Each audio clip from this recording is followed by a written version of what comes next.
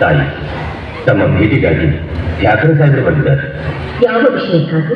ಮಣ್ಣು ಒಪ್ಪಂದದ ವಿಷಯ ತಮ್ಮೊಡನೆ ಚರ್ಚಿಸಬೇಕು. ಕರೆದುಕೊಂಡು ಆಗಂತ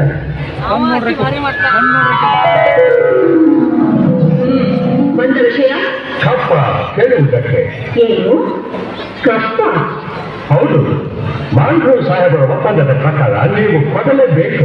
ಕಬ್ಬು ತಿನ್ನುವುದಕ್ಕೆ ಬಿಟ್ಟ ತಪ್ಪಿಗೆ ಕೂಲಿಯನ್ನು ಬೇರೆ ಕೊಡಬೇಕೇನು? ಮೋಡ ಮಳೆ ಸುರಿಸುತ್ತದೆ, ಭೂಮಿ ಬೆಳೆ ಬೆಳೆಯುತ್ತದೆ, ನಿಮಗೆ ಹೇಗೆ ಕೊಡಬೇಕು ಕಪ್ಪ? ನೀವೇನು ನಮ್ಮವರೊಂದಿಗೆ ಹುಟ್ಟಿರಾ, ಬಿಡ್ತೀರಾ, ನೀರು ಹಾಯಿಸಿರಾ, ತಿನ್ನತೀರಾ, ಹೊರೆ ಹುಟ್ಟಿರಾ, ಇಲ್ಲ ದಣಿದವರಿಗೆ ಅಂಬಲಿ ಕಳಿಸಿಕೊಡ್ತೀರಾ? ನಿಮಗೆ ಹೇಗೆ ಕೊಡಬೇಕು ಕಪ್ಪ? ನೀವೇನು ಅಣ್ಣ ತಮ್ಮಂದಿರೇ, ನೆಂಟರೇ, ಹಿಕ್ಕರೇ, ಗಣರಾಜಿಗಳೇ, ನಿಮಗೆ ಹೇಗೆ ಕೊಡಬೇಕು ಕಪ್ಪ? ನಡುಗೆ ಸಾಯಬೇಡ, ಕುಳಿತುಕೋ. ಎಂತ ಕಷ್ಟದಲ್ಲೂ ಇಷ್ಟೊಂದು ತಪ್ಪವೆ. ಅದು ಕನ್ನಡಿಗರ ಹೊಟ್ಟು ಗುಣ.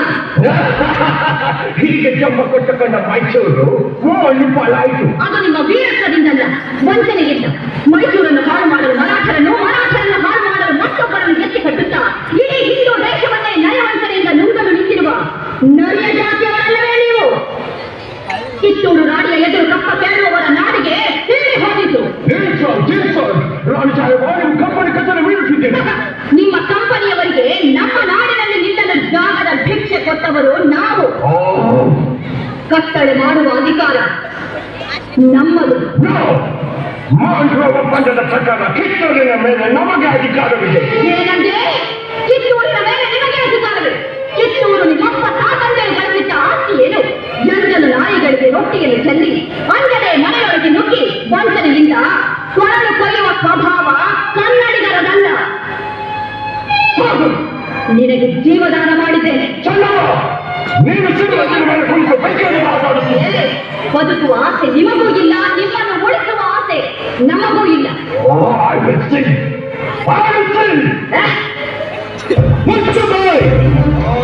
ಸ್ಥಾನಕ್ಕೆ ಬಂದು ತಾಯಿಗೆ ಎಚ್ಚರ ನೀಡಲು ಗೊತ್ತೇನಾಗ ಇಲ್ಲಿ ಕಟ್ಟಳೆ ಮಾಡೋ ಅಧಿಕಾರದ್ದು ನಮಗ, ನಿಮಗಲ್ಲ. ಶಾಂತಿ ಸಮಾಧಾನ ಕನ್ನಡಿಗರ ಹುಟ್ಟು. ಕನ್ನಡಿಗರ ಮಾನಾಭಿಮಾನ ನಿನ್ನಂತ ಕಚ್ಚಿಗಾಗಿ ಗೊತ್ತೈತಿ. ಇದು ಕೆಚ್ಚಲೆ ಕಲೆಗಳ ಪೀಡೈತಿ. ಅಂಜಿಕೆ ಮುದಗಿದ ನಾಡೈತಿ. ಕಿತ್ತೂರು ದೇಶಾಭಿಮಾನ ಸ್ವಾಭಿಮಾನದ ಮೂಡೈತಿ. ಇಂಥ ನಾಡ್ಗ ನೀ